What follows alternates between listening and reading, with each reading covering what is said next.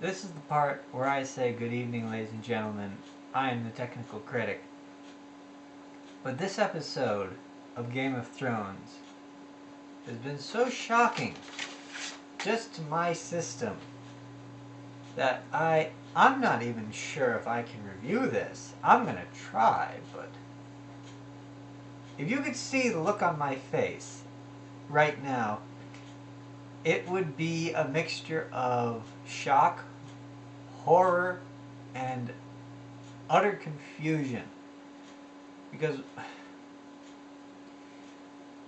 okay, in this episode we learn several things. I think about 5 things. I was trying to keep count, but then, oh my god. So, they were teasing at it in the previous episode, previous episodes, about who killed Joffrey. Today they just blatantly came out and say it. This is who killed Joffrey. This is why they killed Joffrey. Blah blah blah. I'll get into that in the spoiler portion. And then cut to Jon Snow. That bit was fine. And then cut to Craster's Keep with Bran's story, and oh god, just I don't think I'm spoiling anything when I say this, but I have seen more rape in this episode. I mean, it was strange enough watching incestuous. In the last episode, let's see, what did we get?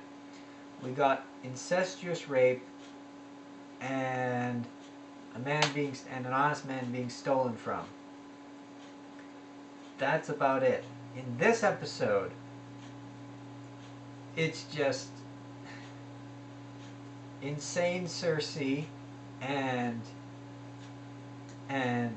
massive amounts of rape just happening so casually, just everywhere. And then deliberate infanticide, and then, I mean, in the previous episode, you saw the kid get taken by the White Walker, but to find out what happened to, and dark magic, really dark magic. The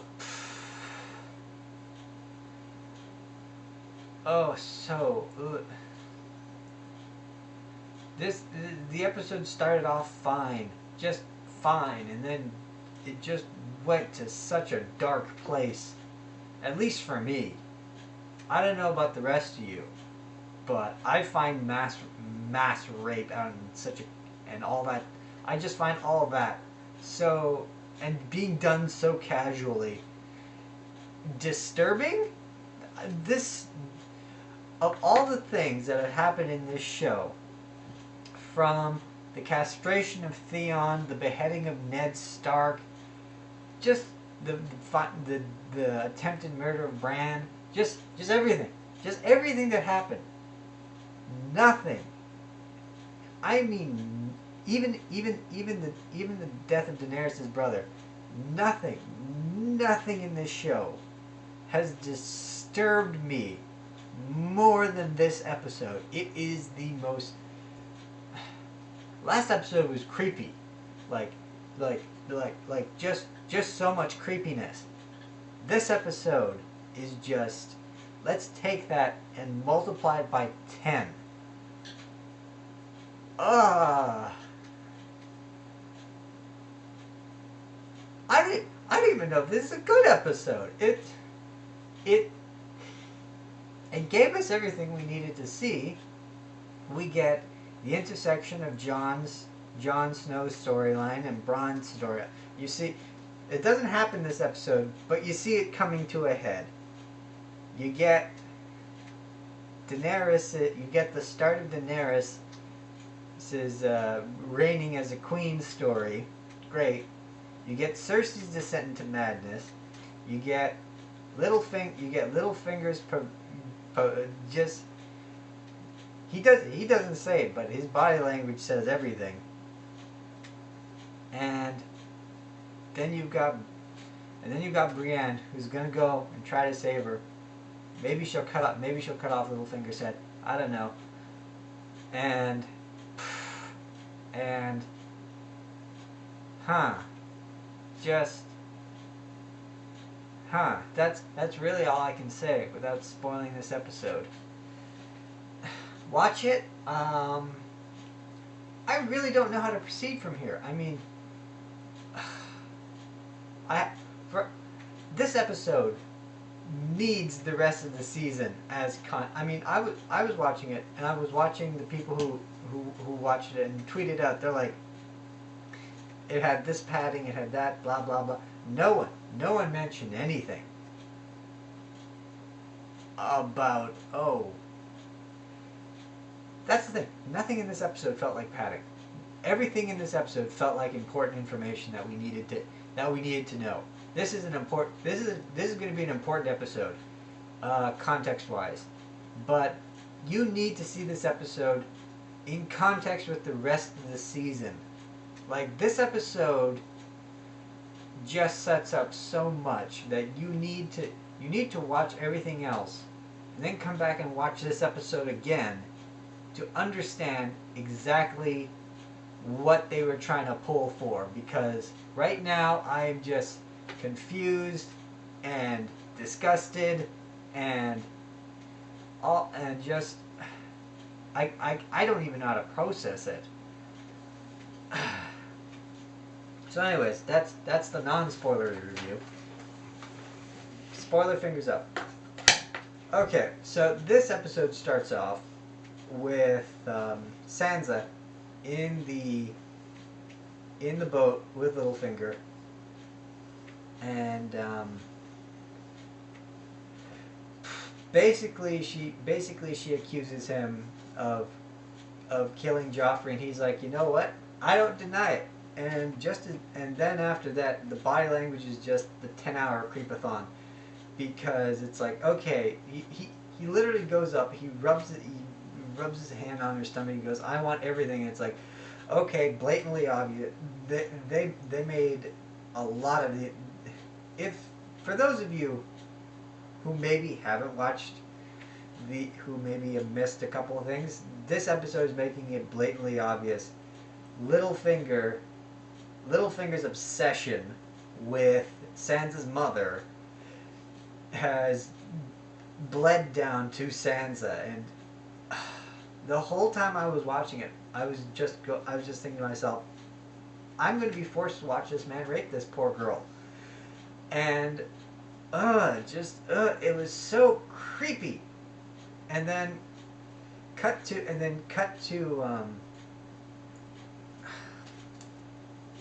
Tyrell.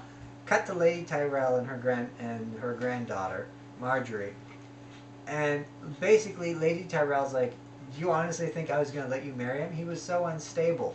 Now go and seduce his younger brother. And then, well, she goes and she does it. She appears like this mysterious, as creepy as probably 7/10 of this episode were. There were some nice non-creepy moments in between, before all that happened, or in between all that happening. It's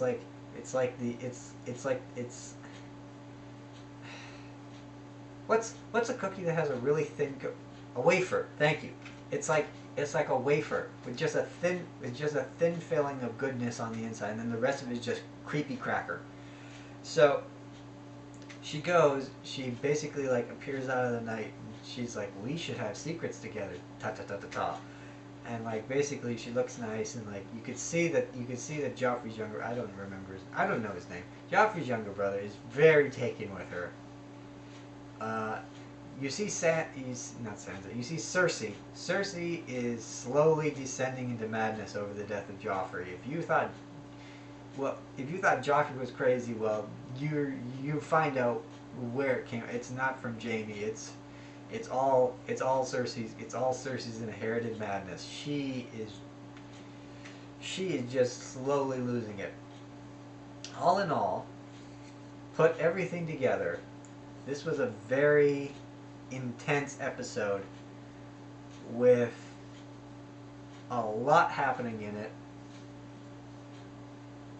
scene-wise, they did all the stuff in King's Landing up front, and then, like, there's all that stuff that happens. Cersei basically orders Jaime, go and kill Sansa Stark. So Jaime then goes and orders Brianne, find and rescue Sansa Stark from whoever took her. I don't know how she's gonna do it, but that will be a very interesting story to watch. We see Daenerys. She takes the city. You don't actually see a battle. What you see is Grey Worm gives a bunch of weapons to the slaves, and then they go and they slay all the masters, and then Daenerys takes 163 of them and has them nailed to crosses in front of you. Like, that happens. You get that scene from the trailer where she's like, I will answer injustice with justice, with her mentor Sir Barrister trying to tell her, you might want to keep some of these people around. She's like, nope, I'm nailing them to crosses. So they nail them to crosses exactly like the little girls were, and I was like, okay, whatever. You see her standing in Meereen on the top of that big pyramid. She looks like a queen, and you get the feeling, okay, now you're going to get to start to see her ruling as a queen and having to deal with everything that happens. Great. And then cut to Jon Snow. His stuff starts where we've got to go to Caster's Keep to get these mutineers, and basically the acting commander's like, is plotting against him. He's like, well, if we send him, they're gonna kill him, and then we don't have to deal with him. Great. Problem is, Jon takes all the best fighters. So good luck with that. I mean, you've got an army of 100,000 marching down on you. All 100 of you, and your 6 best fighters are gone. So good luck with that plot. I think these people have forgotten. They're no longer in King's Landing. They're at the Ice Wall. There is no place for plots and nonsense here.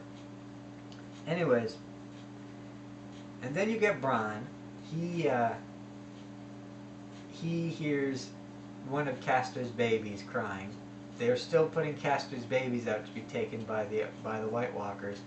So basically they go to investigate, and they get captured by the mutineers. But before that happens, first of all, you see the head of the mutineers drinking out of the Lord Commander's skull. And then just all around him is just rape. It's just an ocean of rape, and there's it's implied that the little girl the little girl sitting beside him, he fucks her. Like, I just felt so so that literally happened. And then they put the baby out. Bronn comes, they capture them, and that's where when I mentioned that's where you see the two of them coming together. It's poor Holdor. They're busy taunting poor Holdor. They're stabbing him with spears. They're not killing him. They're just stabbing him with spears. It's just, you feel so bad for him. And then the very ending of this episode, you see the White Walker with the baby, and this is the thing that everybody wondered. And maybe it's just me. Maybe I feel defensive for babies. I don't know what it is. But they take it to these 7 standing pillars of ice, and then this other White Walker thing came and touched its cheek, and its eyes literally froze in its sockets. And then it was just cut. That's the end. Oh my God, I was at that point. I just have this feeling of just blackness inside me, like it was just writhing and twisting my soul. Like, watch, you have to watch. It was like being compelled or something. It's just. So my overall review.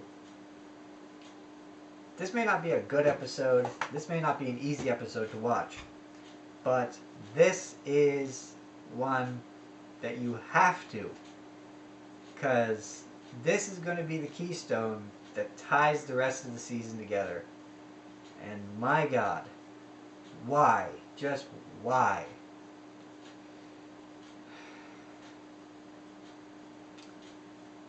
I've been your technical critic. I will talk to you guys later. I'm sorry.